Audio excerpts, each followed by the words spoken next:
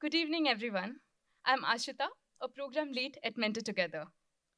Welcome to our final closing plenary on mentorship at population scale, designing a mentoring program for 500 plus colleges in Karnataka's Collegiate and Technical Education Network.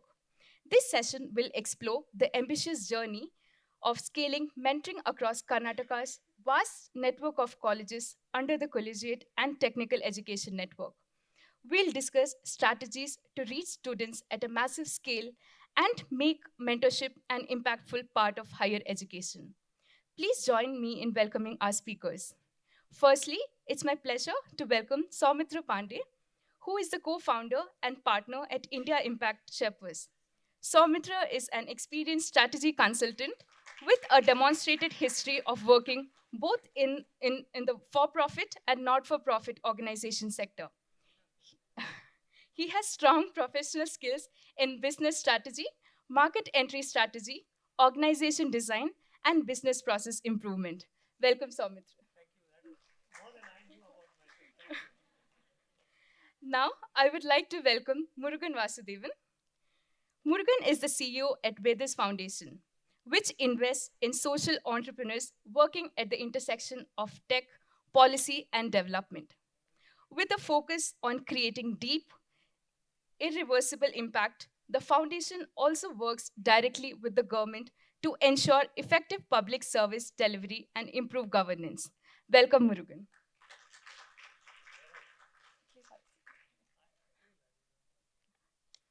Next, I would like to welcome Shrikar MS. Shrikar is the Principal Secretary of the Department of Higher Education, Government of Karnataka. He, he is an Indian Administrative Service Officer with 25 years of public policy experience. He has worked in public policy implementation challenges involving complex issues of development, large technology led projects, international economic law and policy, and indirect tax administration. In his current role, he oversees the public and private higher education ecosystem in the state. Welcome, Shrikar. Now, I would like to welcome Akash Sethi, who is the CEO at Quest Alliance. He worked with Microsoft's regional office in Istanbul, covering the Middle East and Africa before joining Quest Alliance. He was in the regional community affairs and citizenship team that developed a 3 year regional plan for digital inclusion programs with a strong focus on IT skills development for employment. He was the country director of the International Youth Foundation and helped set up the Quest Alliance in partnership with USAID in India. He was an active member in AIE SEC, where he held various local, national, and global leadership positions for over 4 years. He has worked extensively on training and facilitating youth leadership programs in over 10 countries. Welcome, Akash.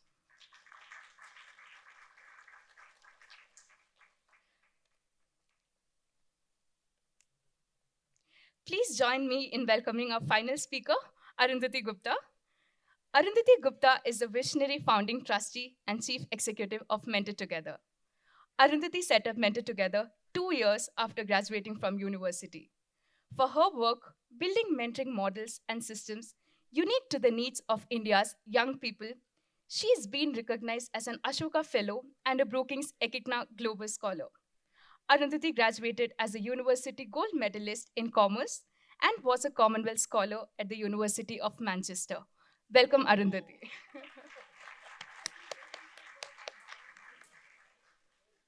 Yeah, over to you. Thank you. So, everyone knows Arundhati here.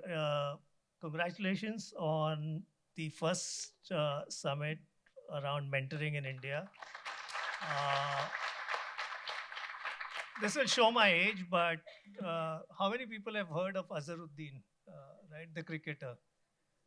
Scored 3 centuries on debut back to back. So that's what Arundhati has done. Not only the first session on mentoring, the conference has been a great success. So you've hit the ball out of the park. For people who don't understand cricket, it's like somebody getting into professional tennis and winning the Grand Slam in the first year. So, great, congratulations. I am reminded of my, school timetable, and we had a geography session on Wednesdays and Thursday, which was just before break, end of school, and it was very difficult session for me to pull off. And right now we are at the same place. I think the good thing is I've got a great set of people with me. So I think what I'll do is shut up and let them talk and kind of lighten the load. We know we've been 15 minutes or late, so we'll try and cover as much time as is possible. We want to cover a lot in this session, starting with what the aspiration for a population scale program, and we'll restrict it if you all are okay uh, to Karnataka as a case study, but that can apply to other states also. Otherwise, sometimes the canvas becomes too big. What the aspiration might look like, and what are the current gaps. Then look at really how do we build the ecosystem, and maybe co-design. I'm sure we'll not finish the design here, but look at some solutions as well.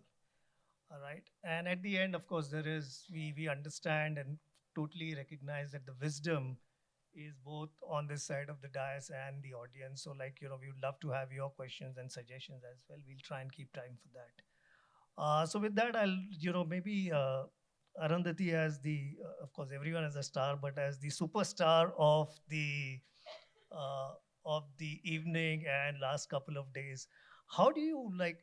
What's the aspiration, right? Because if we start designing, we need to have an aspiration for that design. So, what's the aspiration for the higher secondary students? The program 10 years from now. How do you see this happen? I'd say that the vision is actually very straightforward, right? We have this, and of course, Shikhar sir will speak about the design of the colleges and the network, but we have an opportunity to ensure that each young person who comes into the higher education ecosystem run by the government of Karnataka through their vast network of 500 plus colleges, which for for the context of everyone, higher education is not a space where the government is actively investing in running its own colleges. Unlike primary and secondary education, there's a lot of investment in institutions. Higher education is largely a private affair, right, in terms of institutions. But here we have this massive investment looking at at how can young people, some of them, those who are the most economically and socially marginalized, still access this level of advanced education, which is often seen as the gateway then into the world of work. The aspiration is that, and there are about 450,000 plus young people across this network of 500 colleges, how can they access high quality career mentorship over those 4 years? And it can be in so, and the opportunity is that there's those 4 years. I always look at that period that this shouldn't be like a one shot at the end of the academic educational system, that and we always tell this to employers also, that you turn up on the placement day and say, wow, no one is ready. What were you doing for those 4 years when they were in college? So over those 4 years, what's the design of high quality mentoring? It can take on so many shapes. When you enter college, we've seen that adjusting to college environments can be often different. Something like peer mentorship from older college kids could be so valuable at that time, right? Someone who just helps you get adjusted in. As soon as you reach probably a year 2 or a 3, depending on if it's a 4 year, you probably want to start thinking foundationally about your careers. What we see is that most young people come to college without having made an intentional choice of how is this linking to careers. Right. You start thinking about it only at that stage. And having a longer term plan, sometimes I think Akash and I both work in the space of helping young people with careers, and planning a career is a privilege that very few people have, not these young people, right? They're just, a career is work, it's not a career. You just accidentally and by some means end up in it. So how can we take those second and third years of college ideally to plan foundationally what is that bigger vision? One of the things we find mentors and mentees find the most valuable in our program is setting that big career vision and then mapping it out in like 5, 10, 15-year milestones. So how can we do that in those second and third years? And then as they come closer to reaching graduation out, how can we connect them to high quality networks of opportunity, get all of those opportunities to them and prepare them if there is a small gap to make them industry ready, job ready, in whatever it is, target the mentorship to that. We heard a lot about how skills based mentorship in the morning is highly effective, has great effect sizes. How can we design something like that to reach that, to cross that final hurdle of entering the workforce? That's really the vision, to design something that's 4 years long, addresses different goals spread across the system, and then we'll talk about all the actors it will take to probably achieve that. So great. I mean, it seems to be one comprehensive in terms of the coverage.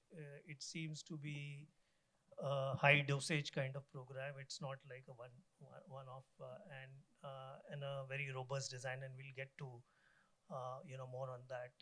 Shrikar, also want the government's perspective, right? Like very few governments are doing this, especially at the tertiary level, right? So what was the thinking about it? What is the impetus, and how do you kind of look at this panning out? What if you were to pen your memoirs, later? It's too early.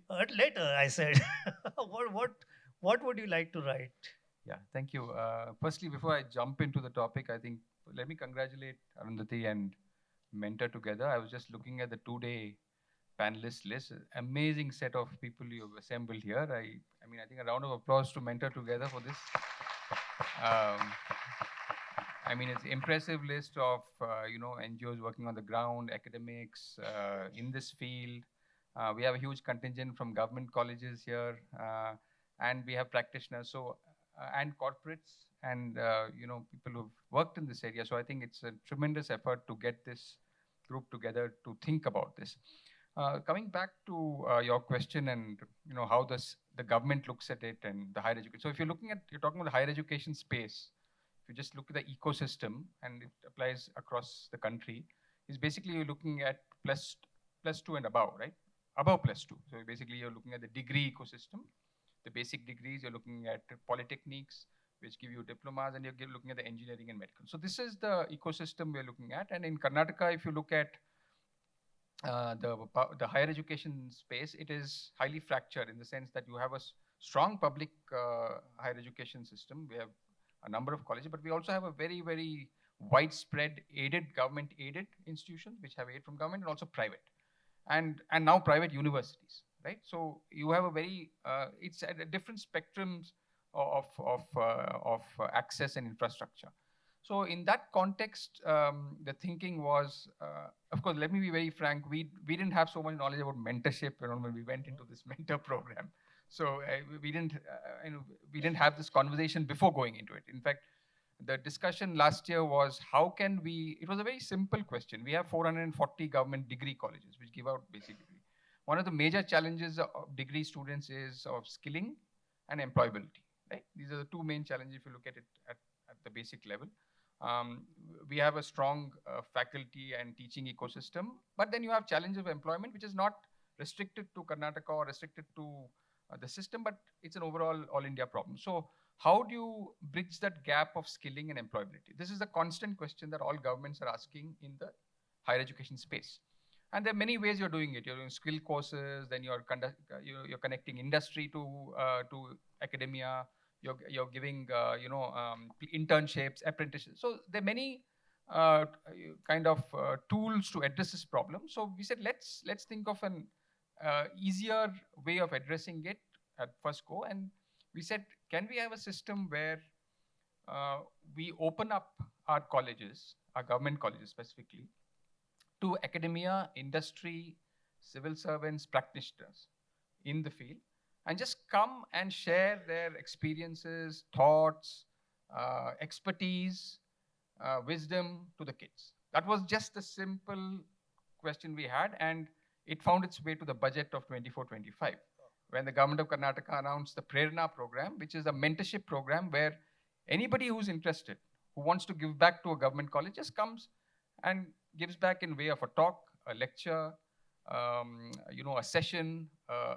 So the thinking was that I feel the first mentors are the faculty and the teachers. They're always there, right? Mentors always. But can we have this additional resource to these students who are from socially and economically disadvantaged and from across the state, not Bangalore. You can leave Bangalore out. They are from tier 2, tier 3 cities, rural areas, So that was the thinking. Right. And we've embarked on it with more when we discuss on it. So that's when Arundhati came along and started helping us. Right. Right. Akash, I mean, what Shrikar has spoken and Arundhati has spoken, uh, you know, is very, very important, very aspirational. Can you unpack this? Take the example of, say, a Sapna in Gulbarga, right? What would life look for her differently if all this were to work, right? I mean, what's your imagination of that so that, it's easier for people to understand, right? What happens to the students?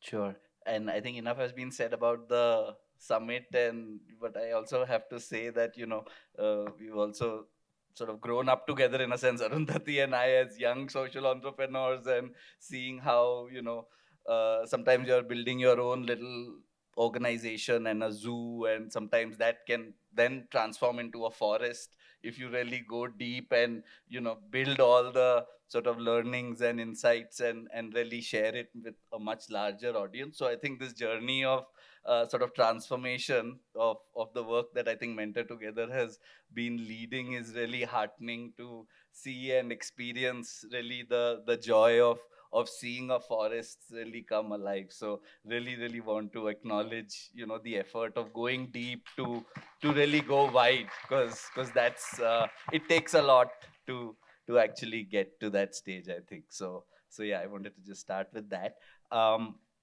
I think in terms of a young person, and the question you asked, maybe I can you know also take a step back Mhm. and look at what does that sort of aspiration that Right, Arundhati right. stated, what does it take to also achieve that at a certain scale, because I Hmm, think hmm. that's the conversation that we want Yeah. to push us to have. I think the non-profit sector obviously has evolved and grown from being an innovator to being a system orchestrator, or how to really bring all the actors of the system together for change to happen. And I think obviously think that the funding ecosystem has a large role to play in enabling organizations like Mentor Together, and some of it I think also starts with trusting funders to be able to Right. even bring the funders in a room together to have a dialogue and to be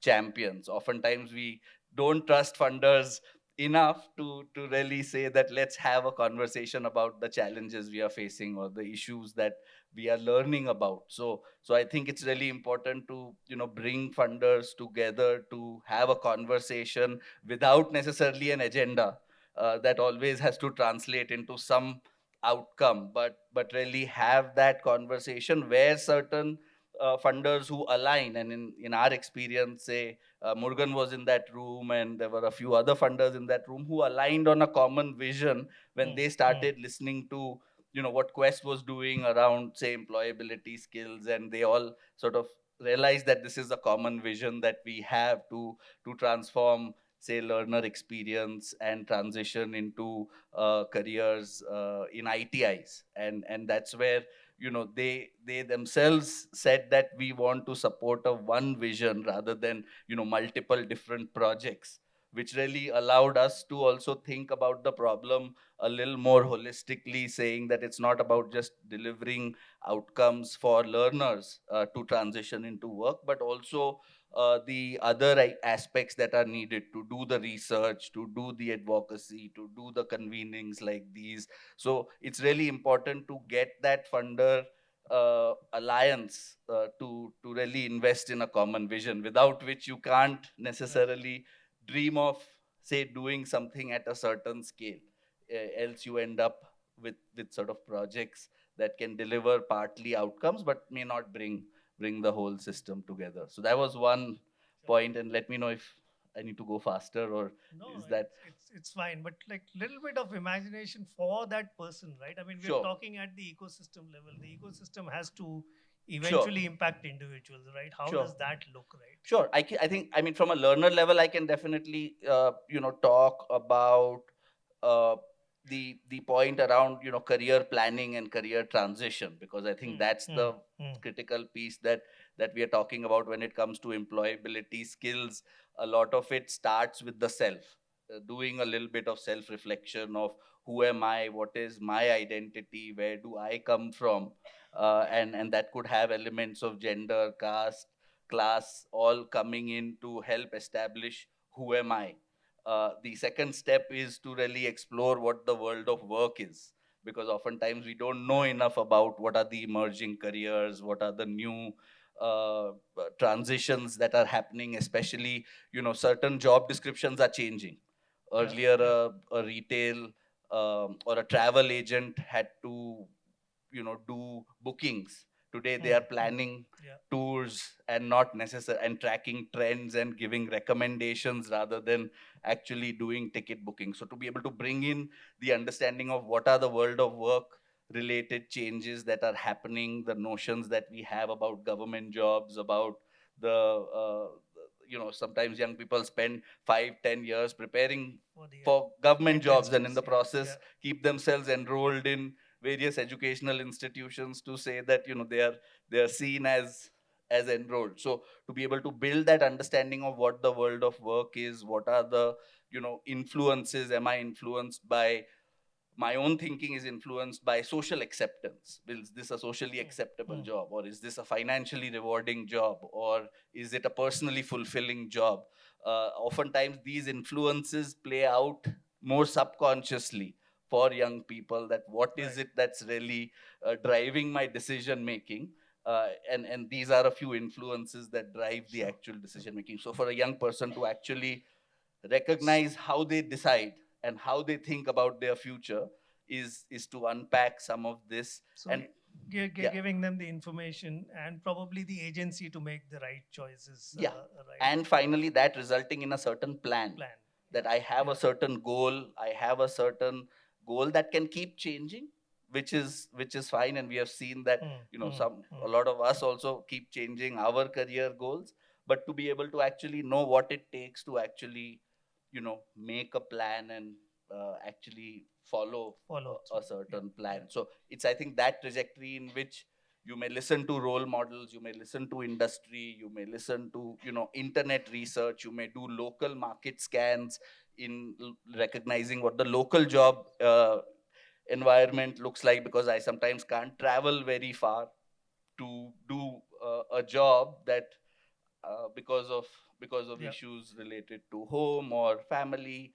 So sometimes even those kind of So, practices so help. in a way, right? I mean, and I think Arundhati, you spoke about it, right? There is a, you know probably a small sliver of young people, right, who have mentorship, who have parents, or who have family, who can help them. And with this mentorship, are we saying that that gap that exists for the 90%, we may not be able to take it out completely, but you're narrowing the gap significantly so that if they have the talent and if they are putting the hard work, they are not getting left out because of this information gap agency, so you want to add to that? Yes, I was just going to say that there's from the session in the morning we had some great evidence presented by Livia about how mentorship can be layered in so Absolutely. well into a vocational training program to really solve for very specific things, right? The information asymmetry Hmm, around hmm, something like your hmm. wage expectation, right? That so many young people will stay unemployed for so long because they have the wrong information of what's an entry level wage. And the fact that if they see it in a very general way, it often doesn't resonate. But if a very credible mentor sort of tells you that, it just sinks in much faster, right? Or something like encouragement, right? That was the biggest effect of the mentor that was found, to say that, this may be a difficult process, but you Right, can do it. right. So all of those pathways have now very proven evidence in the employability model or the employability process Hmm, itself. hmm. Thanks. Moreover, quickly, I mean, like from a funder perspective, right? I mean, for if this has to work, right, and different people have used the word ecosystem a few times, right? what would that ecosystem look like, right? That would deliver on this, audacious kind of aspiration. No, just before I get into the question, as I saw all the principles here, I was reminded of a day in 1993 where I was sitting in. I went to a government engineering college, and I was sitting at the admissions time with my uncle, with the principal there, and I never thought of myself as an engineering student. Now I have the words to describe what I could have been. I probably would have been a liberal arts, major, but I was sitting there, and the principal said, "Okay, you have scored so much. I can give you these departments. What do you want to pick?" I said, "Sir, give me mechanical or civil." And he looks at my uncle and said, "Sir, tell something to this fellow. There's computer science, there's electronics, there's electrical, there's instrumentation. Why is this guy want to take a mechanical is for the next guys who are 50, 60 ranks away?" And my uncle looks at him and says, "Sir, I'm a mechanical engineer." Right? And so, no, I was reminded of that because I know, Arundhati, you talk about mentorship from an evidence background, 1:1, but mentorship also comes in many forms, and exposure is actually in one way a form of mentorship. So I'm really glad that Srikhar sir, you invited all of the principals here or whoever from Bangalore, because I mean, I can imagine that principal, at that time did not have the exposure to say you have to make students do what they like to do, and that's the first step, and then kind of structure support around that, right? So with that, I think switching to a philanthropy and the role of philanthropy in policy, in governance, in development, there are several things. I mean, we at Vedis, we only almost exclusively fund state capacity, effective governance, the evidence to policy spectrum,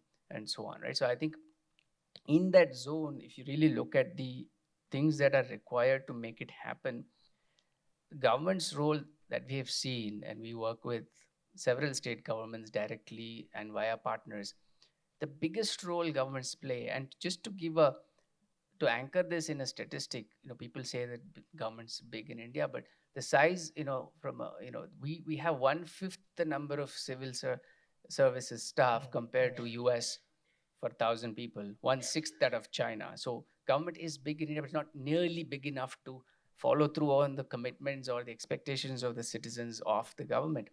So the first and biggest step that we have seen that is very successful or progressive thinking governments do is to convene and clear the decks and get the heck out of the way, right? And so that itself is a huge step. The power to convene, the power to bring Arundhati together or funders together or a JPAL or CGS, both of them work with the Karnataka government who are in our portfolio. That is the power that government has. And there is that acceptance that, look, I need to augment state capacity. We have players and actors in this space, both nonprofit, international, local, hyper local, grassroots. Bring them together, let them deliver, right? And clear the decks for them to deliver itself is the biggest step. From a organization point of view, it is always the way we've looked at is design for replicability and scale, right? So design for scale is, can mentor together scale to 10 districts, 100 districts. Design for replicability is, can another organization in Mizoram take the work of mentor together here and deploy that in Mizoram or in Assam or wherever else, right? And that's the journey that I know Arundhati has been over the last 8 years that I've known her, is building the platform in a way that can be used by more and more people, into whether it's the content side or the mentor side or the matching engine side or all of those things, right?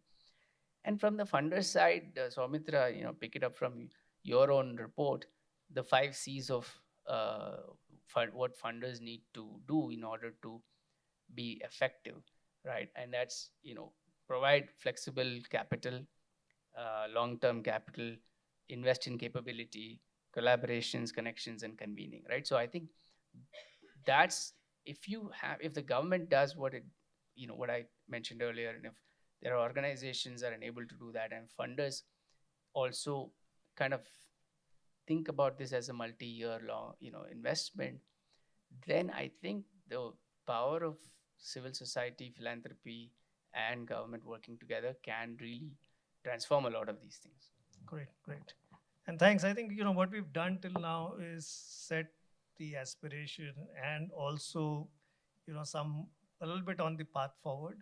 If you can have that slide, please. I mean, Arundhati and I were discussing this, and right, clearly you can't any organization, right, and with your permission, even the government can't do this alone, right? So what is standards, right? So I mean, really, as Akash very in detail described, right, what the mentorship is, right? Do we have those standards in the field of mentorship? The other is knowledge base. Arundhati, you gave an example on how mentorship helps. And it's a great example, but it's not an example from India, right? So, do we have a knowledge base of that in India? Uh, what is the, what leadership and talent? And, I'm glad that a lot of people are coming forward to become mentors. But I think just because I have gray hair and I have a lot of experience, does that make me a mentor? I'm not sure, right? There and it doesn't require too much, but I think there needs to be some amount of training even for the mentors, like in the field of maternal and child health, right?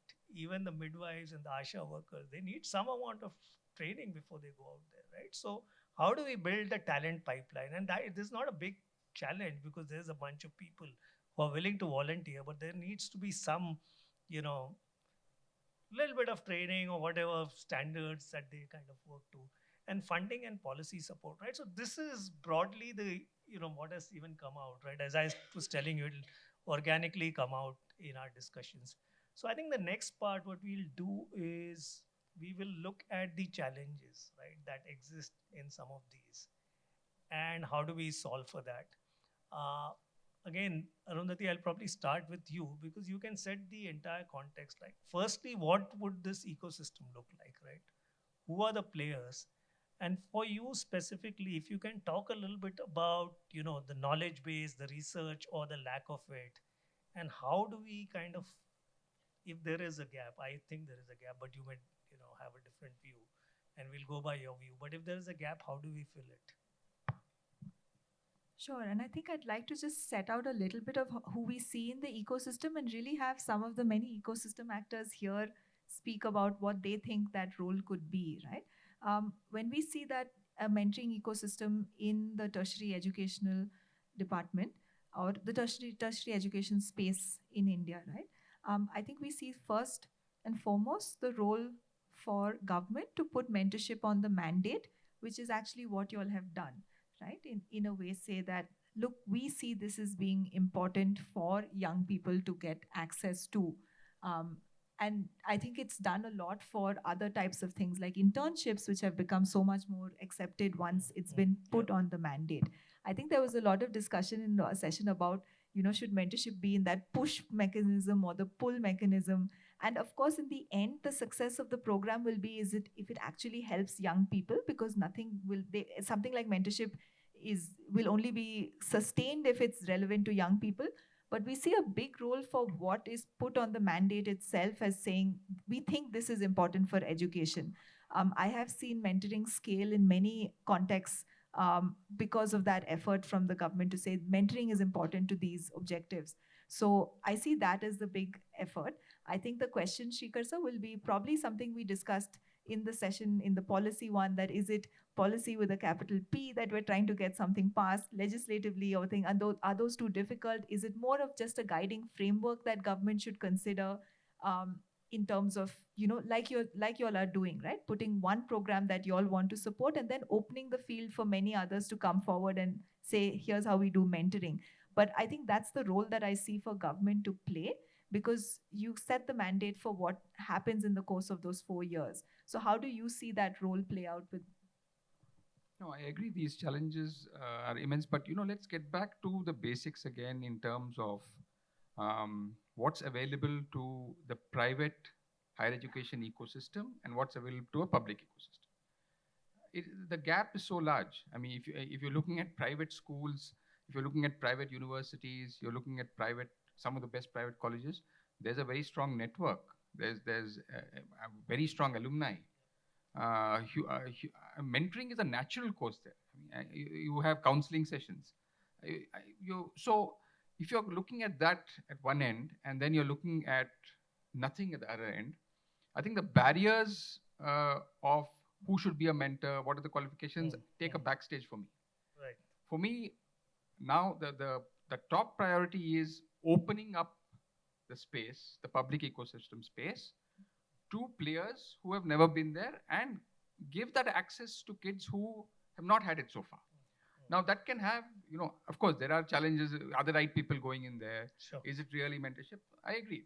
But I don't think that's the question we need to ask now, because the question now is, once it triggers off, results, and then you see success in terms of people getting a job or placements being because of the mentorship, then it picks up, and then there's self-selection, and so I do see challenges in, in terms of policy. I don't think the legislative framework is what is required at this stage. I think it's an intent from different stakeholders, not only from the government at the policy level, but from my partners who are the teachers. I mean, unless they see it as value for their kids, this will not work. Because unless they see value in experts coming and talking to children and adding to what they are doing in college, it will not work. So I think there are a lot of stakeholders involved who have to imbibe this intrinsic value in mentorship at whatever level, at whatever extent it succeeds. But I think that fundamentally that changing has to that thinking has to change, and that's not easy, but it'll come over time. So, I mean, the strategy seems to be, first let's increase the availability or make availability happen, and then wherever required we'll tweak the quality, and and that also is a valid strategy. Just in terms of, there are no policy gaps, but like if we have to institutionalize this, right, what are the 2 or 3 things? They may not be barriers, but they may be things that we've not done, right? And you spoke a little bit about how budget has been allocated and there are quantitative targets, and you've invited the principals here. But like, how do we institutionalize this that it becomes like as much a part as, say, teaching today is in the government colleges? No, so institutionalizing is one is on use of technology, right? So it has to be, if it has to be at scale in all colleges, you can't do it physically. So today, what are colleges doing? Their principals or faculty who are interested do it on their own. They invite experts who they know. So that can't happen on scale. So you need a technology platform. So that's why it has to be online. So that's the basic. So, but institutionalizing it within the government framework demands that the value of it is seen from all stakeholders, either the students, the faculty, and government. So government, we are very clear that it has great value. And as in all things in government, it has to be reviewed with targets. Otherwise, it won't work. You just can't have a circular saying, there's a Prerna program, please implement it. It won't happen because it dies down. I mean, there's so much of pressure of, dealing with 1,000 other things. This will just, so there has to be a constant effort to streamline it and mainstream it into your regular course. And then also added to it is how the students and faculty see value in it and how it's benefiting. And thirdly, getting these leadership and support from outside. So that's the greatest challenge now. You have a platform, you have everybody ready, but nobody's coming in, through the mentorship. How do you get them? I think that's the third greatest challenge. So maybe I'll move on to then a couple of other stakeholders that I think will be important in this and how we can build that in, right?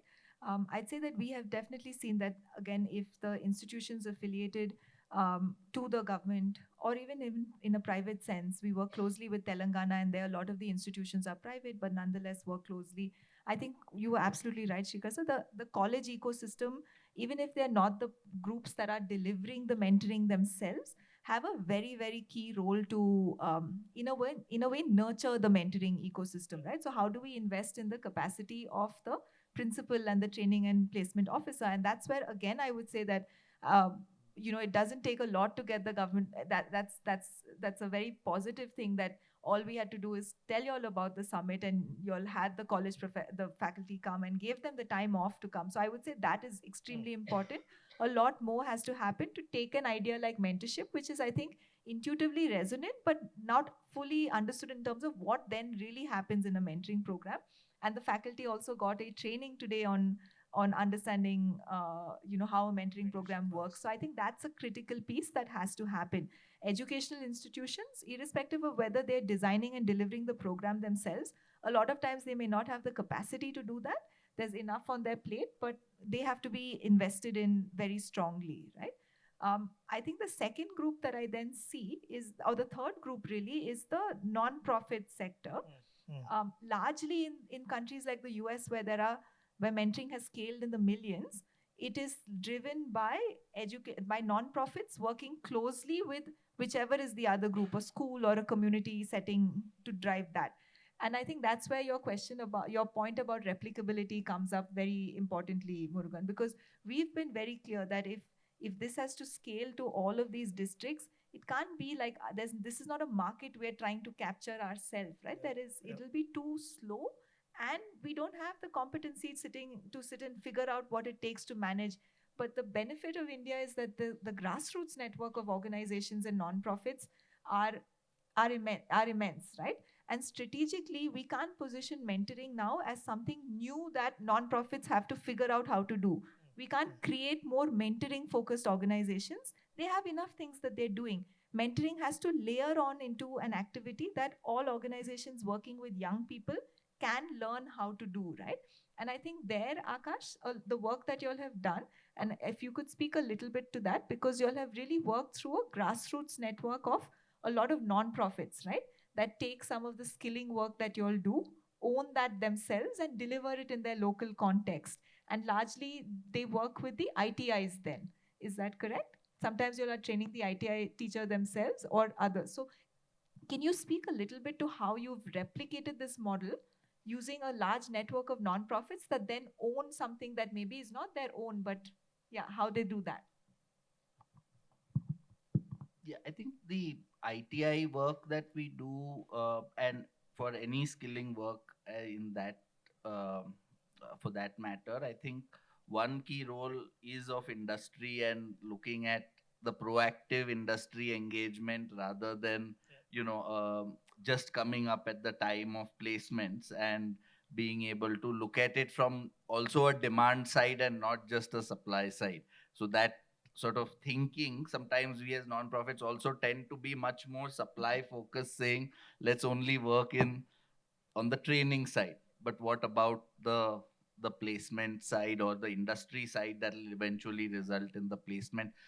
I think the NGO partnership sometimes is a double-edged sword, because sometimes there is a lot that is going on in the lives of NGOs, especially community-based organizations. It is also about survival in today's environment, so it's not that easy to build that kind of partnership at the grassroots level, especially if there is a lot of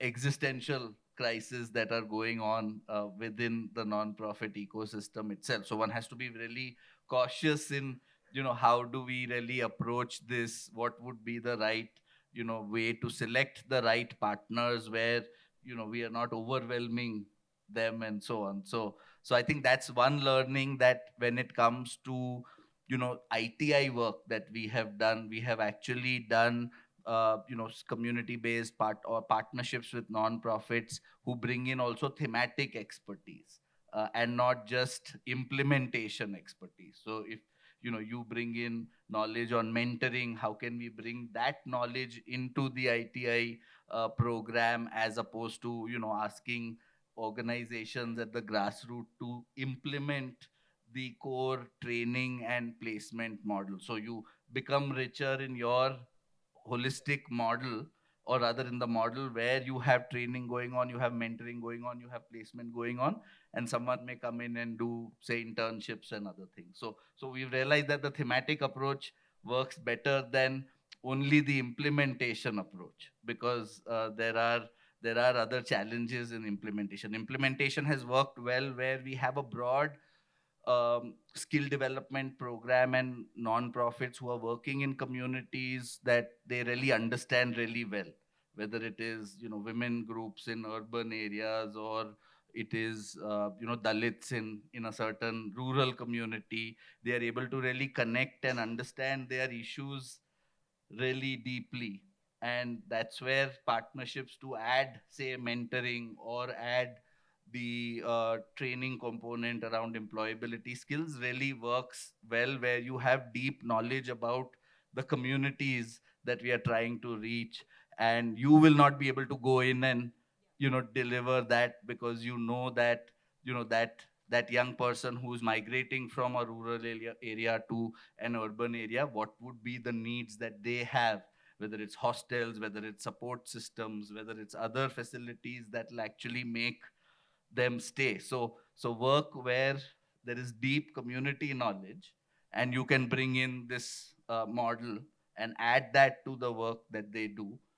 In ITIs, we haven't seen that, but we have seen it with educational, with students who are out of school and out of education, where this model works much better than in a very structured system, where you need to do certain things, where you need to recognize who the early adopters are in a system. You need to focus on building the stories with those early adopters, as opposed to go wide.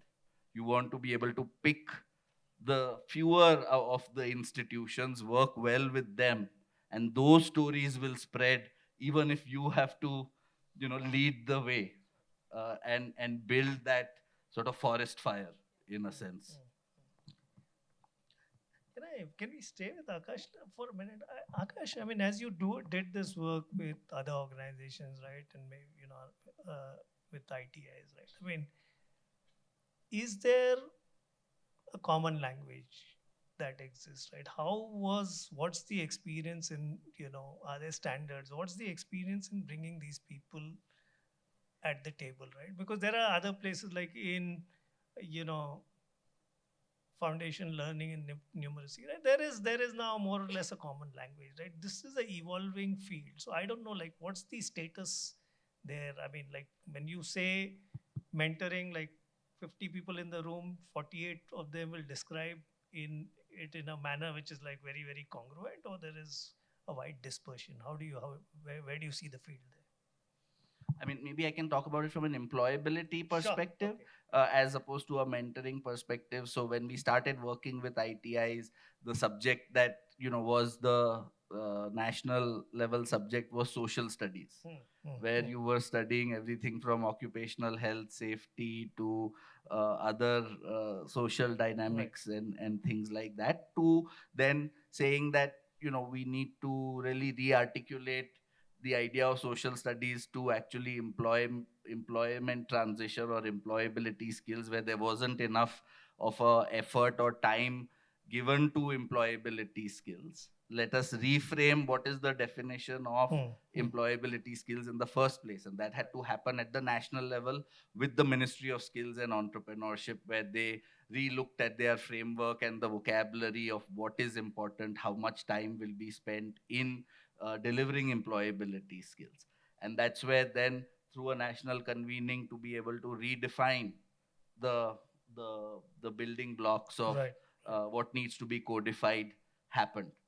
Once you do that at a national level, at a state level, or at an institute level, all the stakeholders still need to understand what is now this new employability skill, because we don't necessarily get this, and not just principals but trainers, placement officers, everyone start understanding what is this and how to do it. That's where one spends time in actually bringing alignment at an institute level. Also at the state level, what will we monitor? Will we monitor establishment of placement cells? Will we establish monitoring of delivery of employability skills curriculum, so that this actual transition happens? So building that vocabulary, I think, at a state, at a national level, at an institute level, and then also at a state level, one has to work at all these three levels for people to speak the same language and start looking at the same metrics of success, not just as pass percentage, but as transition percent, or as employment ready skills that are being developed. So yeah, I think that's. Oh, thanks. And Arundhati, you wanted to add something. As you do that, if you don't mind, like, can you, like, who will play this role? Sorry? Who will play this role, or being whatever you want to call the national convener or Yes. whoever, right? There's a bunch of organizations who are helping in the frontline work of delivering mentoring, right? Is there an organization, or is there a need for an organization that does the research, Yes. that brings the, so just I in have addition to whatever you wanted to add, Yes, just actually, I was going to speak a ask little the bit. question to Murugan, but I can add to that. Definitely, I've seen in the study of, and again, the session that Mark did in the morning, he had a great slide about something called the elements of effective practice of mentoring, which is this incredible set of, like, all of us, all of y'all who have been in your work, in the workshops that we've been running, y'all will know we've been referencing the elements of effective practice of mentoring, which is this incredible set of checklists produced for high quality effective mentoring, tells you what at the process level you should do or not, which has been produced by this group. And of course, the translation effort is what we have to do now, because not all may be relevant to India, but that's produced by an organization called Mentor in the US, which is in itself a 30-year-old organization. So formal mentoring in the US has existed for about 100 years. The first Big Brother Big Sisters programs was set up in the early 1900s, so more than 100 years. And this organization is now about 30 years old. And I think its origins came to be because, yes, the field was growing in a way which needed more unifying. And I see them do three or four things very well. One is exactly what you said in the field building of codifying practice and helping people understand what you should do or not. Second, very much spurring the research and evidence field, because I think all the academics in the US there were a lot of academics interested in mentoring, but they were not pursuing common research agendas, right? Should we be studying this, or should we be studying something that we're going to get funding for? So they've brought everyone together under common boards. And the third thing, which I'll probably ask Murugan to speak about how we could do it for India, they've rallied a significant amount of corporate investment and philanthropic investment in mentoring. Um, and the fourth that they've done very well is make mentoring more from a public advocacy sense, which is, I think, the bigger narrative that you have to shape also, right? Um, so just on the third thing, every year the US, the corporate funding that they get is significant. I mean, mentoring is on the agenda of every single company that is investing in youth, right? Which is a huge sort of a huge win for them. And on the public advocacy side, what they do very well is, you can go look them up, but there's like public service announcement where LeBron James is saying, like, if I had a mentor, this is, or I want to mentor. So it's sort of like every public figure endorses mentoring, right? Obama's post-presidential legacy was something called My Brother's Keeper, which is a mentoring program. So it sort of made it in its way in a very mainstream sense, which has been sort of held and driven by this one organization, which has been able to think at the scale of what does the field need and not at the implementing level.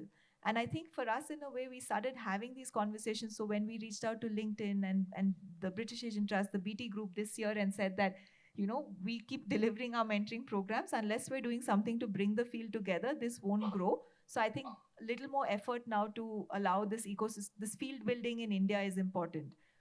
And the question I was going to ask you, Murugan, is actually to wear your hat in your previous role as a leading corporate social responsibility, and also on thinking about technology.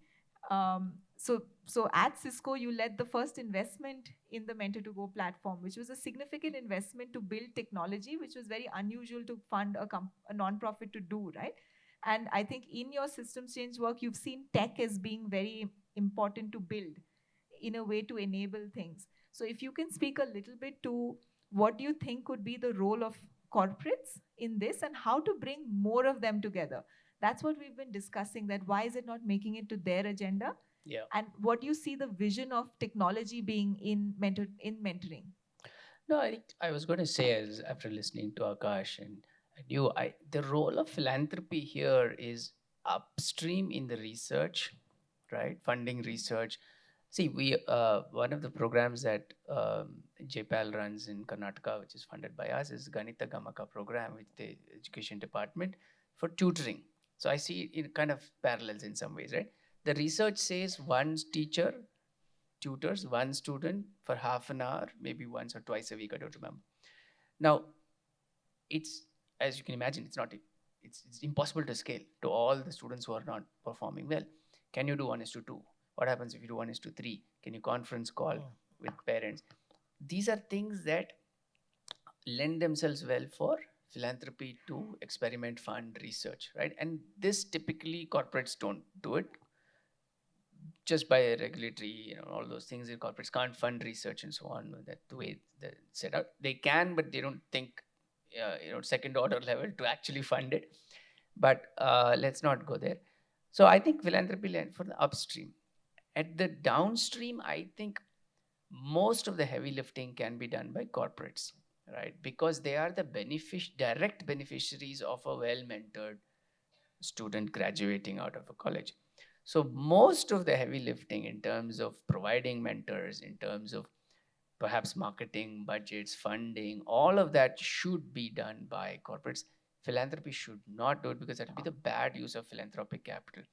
Philanthropic capital downstream is very useful in perhaps rural areas, in colleges which are underserved, understaffed. Perhaps the bottom 5% of bottom 10% of students, maybe where they need more hands-on support, more folks, working with them.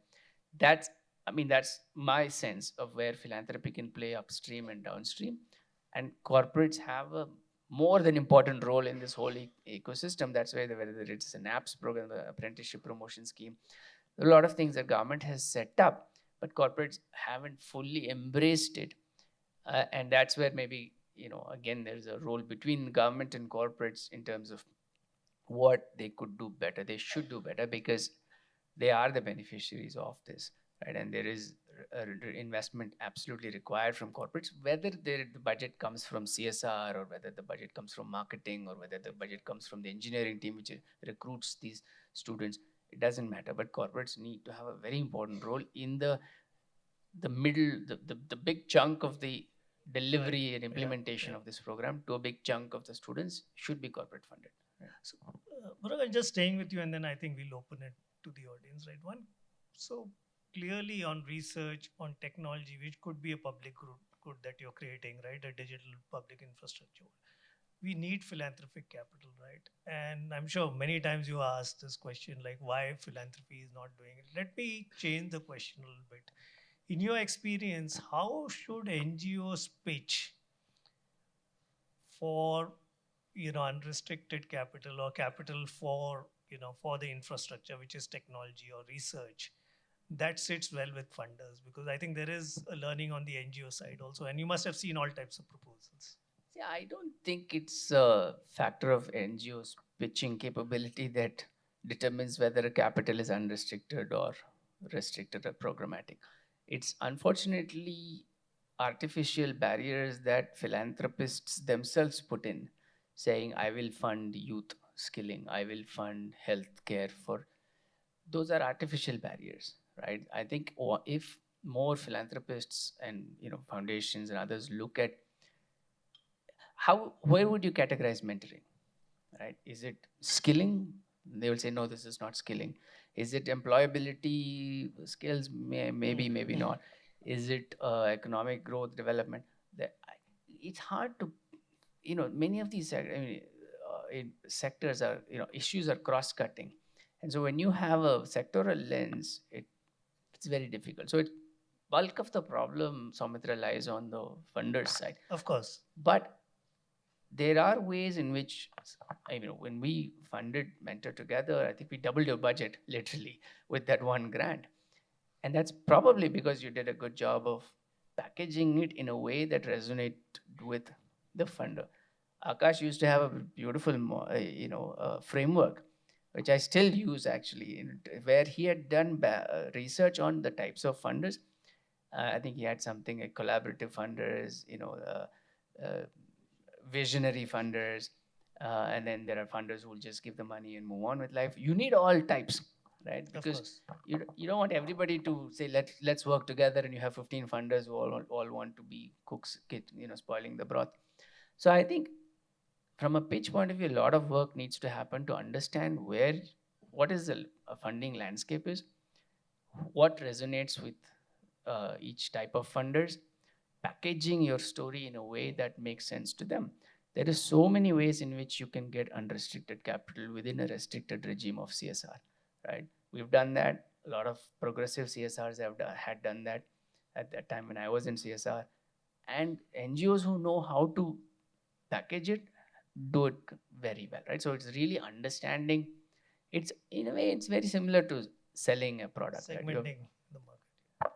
So you have to understand who you're selling to, what are they allowed to buy, and how is your product allowed to be sold like that, and sell it properly and then report it accordingly. Great. To add Yeah, one yeah, point, sure. I think just building on that. Sometimes I think from a non-profit perspective, we ourselves are our biggest barrier. Oftentimes, that we don't think about the costs as to deliver what the program needs, and then whatever it takes to actually deliver the program, whether it's technology, whether it is other things like building, L&D for our own teams, which sometimes we ignore, and sometimes we also fear that will this be acceptable or not, rather than putting the ask on the table and then letting the other side also say no. So that's something we've realized, that with companies, if you really make a strong argument about why this is important to achieve the outcome, 8 times out of 10 we have Excellent. not received a no. But when we have not put that on the table, then obviously we are going to be limited by what our perceptions also are about what is fundable from the other end, and what is not. So I think Yeah, sometimes if you don't ask, you're never going to get, right? yeah. So we need to look at ourselves in the mirror a little more to know our cost also better. Q&A? Anything you want to add? Otherwise, yeah.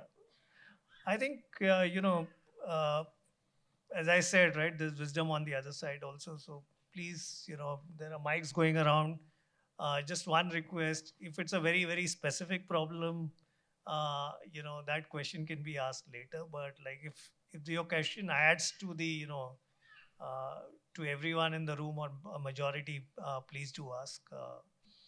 And if you want to ask it to a specific a person on the panel, please name them. Quick one. So when you look at systems thinking, right?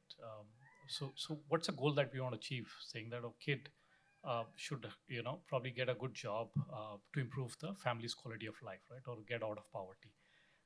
Now there are different aspects of it, right? Mentorship is probably one of it. One is most of the kids don't even know what they want to do, right? So a lot of career counseling, then a lot of mentorship, then you require skilling. Then for skilling you require funding. You need to know what is the curated skilling, which will probably be applicable. There might be some research saying that which are the careers really, which probably will get me, that kind of money, which will improve. So if you look from a systems thinking, there are a lot of different aspects. Plus, there's a parental pressure saying that, oh, why don't you earn money because the family is kind of, so there are, so how do we kind of look at that whole aspects, because otherwise there are a lot of gaps around, and kids keep falling down, right, for whatever reason. So anyone on the panel? I'm wondering if, because I know that simultaneous to considering mentoring, you all have considered a lot of other things that you've brought into the ecosystem. You were telling me that you've signed almost 15 plus MOUs. So what are all these complementary actors you're trying to bring together? Yeah. No, so you're right in a way. I mean, mentorship or giving access is just one part of it. So there's first quality of education itself, right? So that's the fundamental. So what's the quality we're giving? How do we improve that? Then this whole part of skilling, which is not skilling in terms just of for jobs or job skilling in terms of technical skill, but also basic life skills, communication, leadership, motivation. So I think the focus has to be across the board, but one doesn't cancel out the other, right? So the way we see, at least the way we see this program, is that the people who are coming into the system as mentors would also be imparting some of these skills in various ways, because the canvas is just open. It's just, there's no rule book that you have to be limited to. We have 440 colleges, 4.5 lakh students. They are waiting for mentors of all kinds to help them out in their journey. So I think it's a conscious recognition that the challenge is so huge that anything will help. Right? So I know that answers your question, but it's just a small drop in the ocean. But That's where we have to start.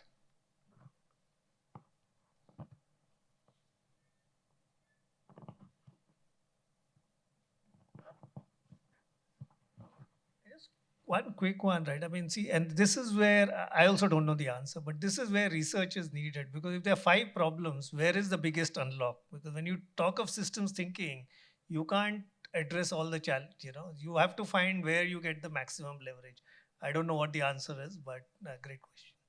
Actually, one thing related to that also, sometimes we tend to, like I touched upon, end up working too much on the supply side and forget the demand side, and to be consciously working on both sides. And sometimes on one side, it's not just about corporate volunteering, or it's not just about engaging employers, but it's also about changing the quality of wages, for example, or working conditions, that are actually one big demotivator oftentimes for people to even accept jobs that are being given to them because of the expectation mismatch. So we also need to learn to work when it comes to, say, industry at a more system level, rather than only engaging them for the employment part, because that's not solving the issues that young people have around working conditions, fair wages for women, and being able to pay and not look at it as cheap talent that is coming in and then will transition out. When I speak to employers, oftentimes, sometimes they say, okay, attrition is part of our thinking. We know that 60%, 70% people will go out. So we will plan for that, as opposed to looking at it as an investment as well. So it's changing those mindsets of employers, that why is this important for them to have an enlightened self interest in this issue, as opposed to only looking at it as as someone who they will hire and will leave in a year. Right.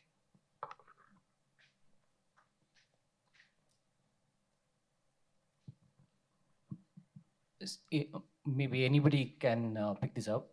In terms of the designing, are we more focused on like what the user needs, or the it can be mentor or mentee, but are we missing the piece of communicating the value realization, either for the mentees or the mentor? What would we do better there? One is, of course, principals coming here, or sir making the circular to send it out, but are we missing a larger piece of communication? If yes, what we do? I agree. I think that's a big piece of the narrative around mentoring that has to change into being something everyone understands the value of. That is something that we have definitely, the data tells us we struggle with, because if we don't front load it, and we were discussing this even in the previous session, I think front loading more outreach to mentees as well as training of mentees, outreach communications as well as training, because I think that from the outreach perspective, what we have found is we would typically go to colleges and do though we are a digital program, we are feet on the ground with colleges, right? We will go and do what we call a town hall and tell the students about the program. We did every single effort to craft what we thought was like a compelling presentation, only to like dipstick mentees and find out the next week everybody who signed up for the program didn't know what they signed up for and why they signed up, right? And we realized that the idea of which is the exact opposite for mentors, we see, because everyone who signs up has a very clear value proposition of why am I mentoring, and either it's because they realize they want to pay it forward, or they realize that I didn't have it and I should ensure others don't have it, right? Others don't face the same experience. So with mentees, it's a lot more latent, we realized, both the sense of careers and the sense of what do I need to get to a career. And I think it's the most it'll be in colleges like our because the students have not had the chance to have 10, 12 years of someone asking them to think about this. So I think making sure that we spend a lot more on communications with students and many more touch points, mentoring. And that's why I think the Prerna program is a great idea, because it's not that you will hear it once a year, right? Hopefully you will have like a stream of people coming to your college every multiple times a year telling you mentoring, or you see mentors a lot, so that maybe when you get an opportunity to sign up for a very specific program, you raise your hand and say I will do it. So you've touched upon something that's extremely important that we underestimated on our end. we assume that telling people once about mentoring and you will be like, all the young people will like line up. They are lining up, but they're also forgetting. And they also have enough things going on in their life. So how do we make room for it is a very important consideration. Actually, that reminds me of one thing. Sorry to interrupt. But that reminds me of one thing, that sometimes it's the ABCD, the astrology, Bollywood, cricket, devotional, where a lot of time is going from young people. The E of education, employment, all of that comes downstream. But one has to, when you overcome the ABCD, then you will get to the E in some ways. Yeah, yeah. No, E. I think there's a question. So when we got to know, my name is Archana, I work with Mentor Together. So we got to know about the uh, program Prerna, and it was very exciting because our team also works in Maharashtra. So it was very heartening and exciting to see Karnataka government and higher education setting up such program, and actually taking this program to government colleges uh, and for the benefit for the mentees, for the students. Um, from the point of view of academicians, the institutions, um, what would you say that, because they are also a gatekeeper of this program, they will open up, they will inspire students in their colleges. What do you see, say, as like as what kind of enablers they have to bring in, and what will be that takeaway for them, which we could also easily take it back to different states, saying that this is really a clear example and a model, and this is how a state-based program has invested and has taken that narrative, that message to individual colleges, institutions, principals, TPOs. So how do you see that as a message for them? Thank you. My wife is from Kolhapur, so she'll be happy that Maharashtra liked it. So yeah, so I think that's a great question on how are the main stakeholders in the college is going to take it. So I think that's our focus. So let me be very frank. When we launched the program, we didn't think too much of a structure. We just wanted to get this idea of making an online platform, and then we realized that there was not much reaction from the faculty. I mean, some of them did, but then now you have something called the Prerna coordinators in every college. So that's the first step, right? So Prerna coordinators. And not only Prerna coordinators, unless the entire faculty see value in this for the students and for themselves, because this is not a challenge to their authority, or it's not a challenge to their ecosystem. I mean, they are the permanent mentors, the teachers. This is something that they can build on and enhance their own kind of capability and also enhance the welfare of students. So I think it's a win-win. It probably take time across the board, but I think success stories will work. So Prerna was launched, I think, 2 months ago. It's not like every college is doing Prerna mentorship. So we've got some 300 applications online. 60 have already given their lectures. So it takes time. So the thing we focused on was that it should be physical. It can't be online. It has to be in the college, and the students have to get a feel of an outside expert coming and talking to them. And this will grow. So I think the greatest challenge is how do we reach this to, I mean, I saw the board of sponsors. So can all those, the corporates send 10 of their, employees to just give a talk on their journey, to inspire a woman employee sharing a journey to a class of women undergraduates. That's a great exposure and empowering thing. So I think this will take different turns, and it'll wind its way through. But I think the key to it is to just keep at it. Even if there are 10 mentor programs in a month, which happen, that's fine. As long as it's open and it continues. That's the idea. So that maybe one question. So what do you see? It may be hard to put you on the line, but since you said this was a budget, how do you see this grow? How do you see this sustain? Are you seeing this as a government commitment for the longer term? This is absolutely government. I mean, we will continue it. In fact, now we'll have a program. Probably we'll sit together with you and say, can we get the top 100 corporates in a network with our Prerna coordinators and say, this is it. I mean, these are our colleges, these are our coordinators. Can you send 5 of your employees every 6 months to these colleges. And remember, these colleges are across Karnataka. Everything is mapped on the system. If you're working in Infosys in Hubli, which is North Karnataka, and you want to give back to a government college in Hubli, you can give back. You can just go and give a talk on. You can inspire kids. So it's an open. It's not restrictive. It's not you have to come to this particular college or these.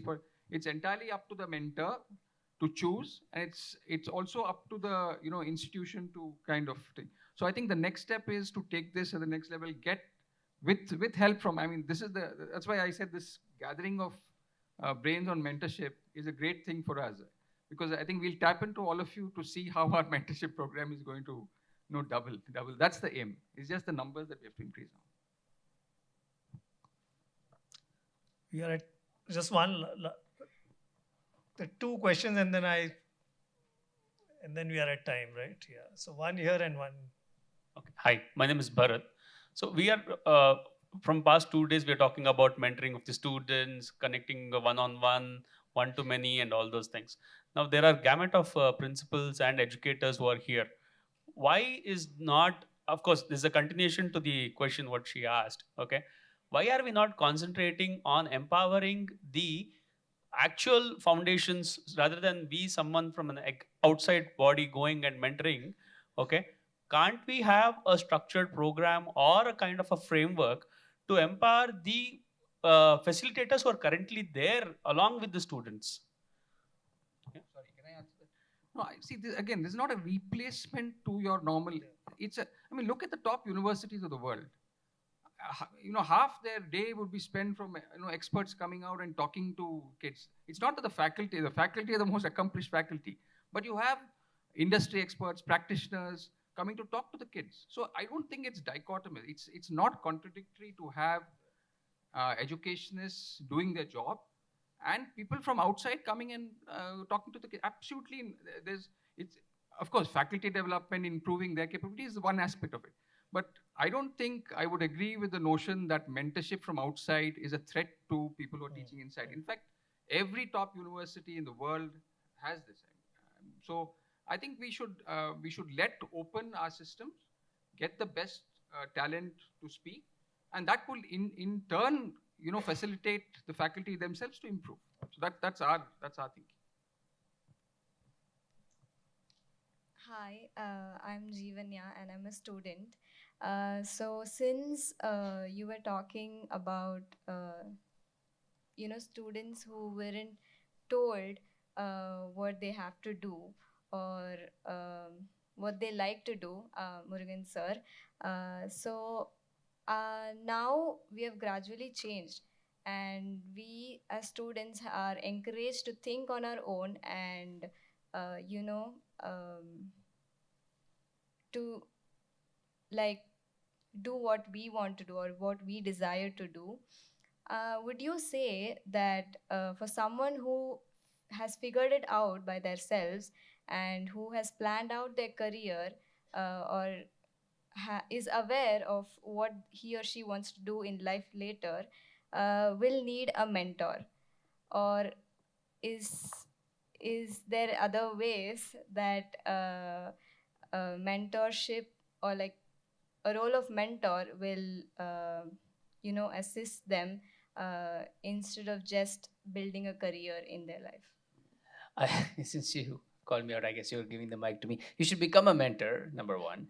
Number two, I think the previous session, panelist ended by saying she found her mentor in her 50s. So I think, it's an ongoing, continuous thing. Number three, in terms of the curriculum, I think Arundhati and team have developed a very well-researched, evidence-backed curriculum on how mentors and mentees engage. I remember from Icebreak, what you should talk about in the first meeting to the 10th meeting, or when you're talking about, I need to change my job, or I'm having problems with my father, or I'm not moving out of my town, or what. All those things are very research-backed content is there. So it's not just about career, how do I get my job, but it's a lot more around it. And as you would have seen through the day, it's an ongoing life thing. Yeah. And I think, Jivanya, your question is probably striking at also generational differences, right?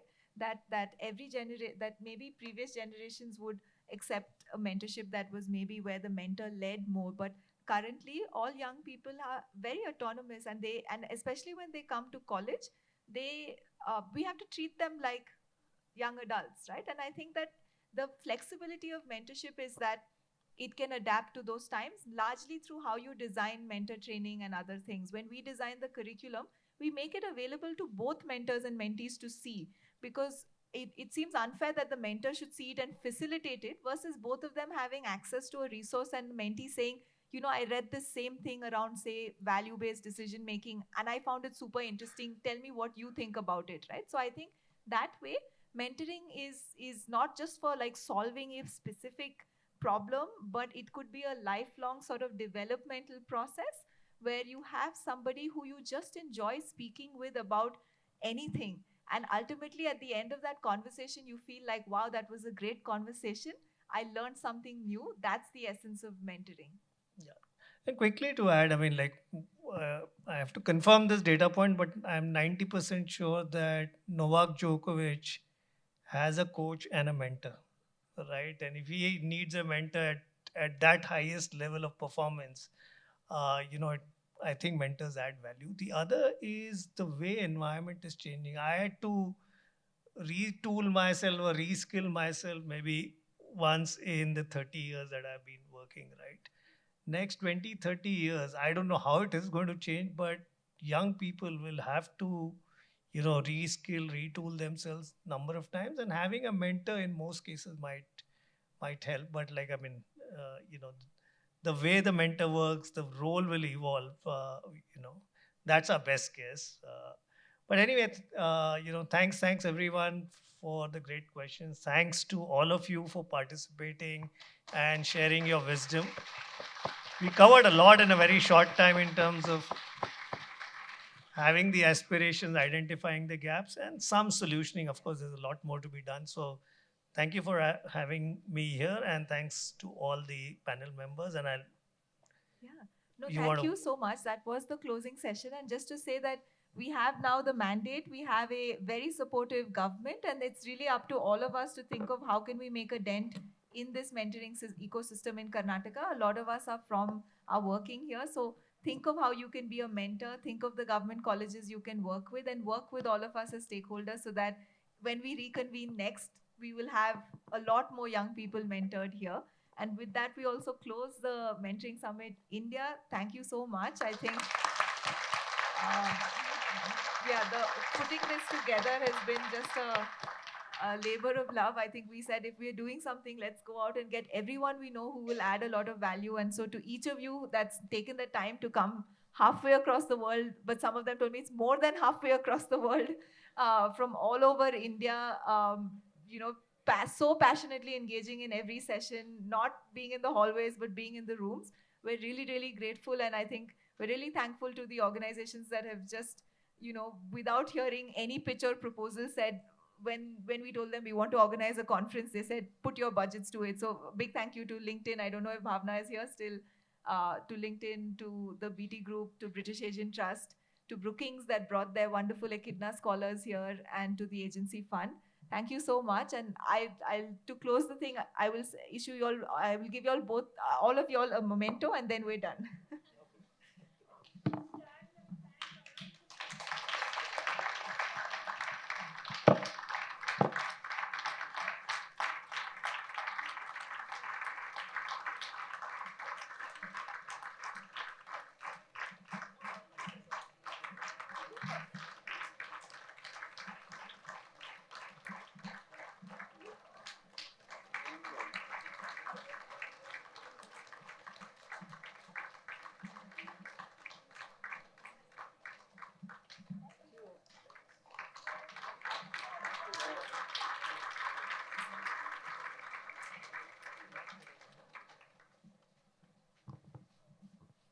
We need to give applause to Arundhati. Please clap especially for her.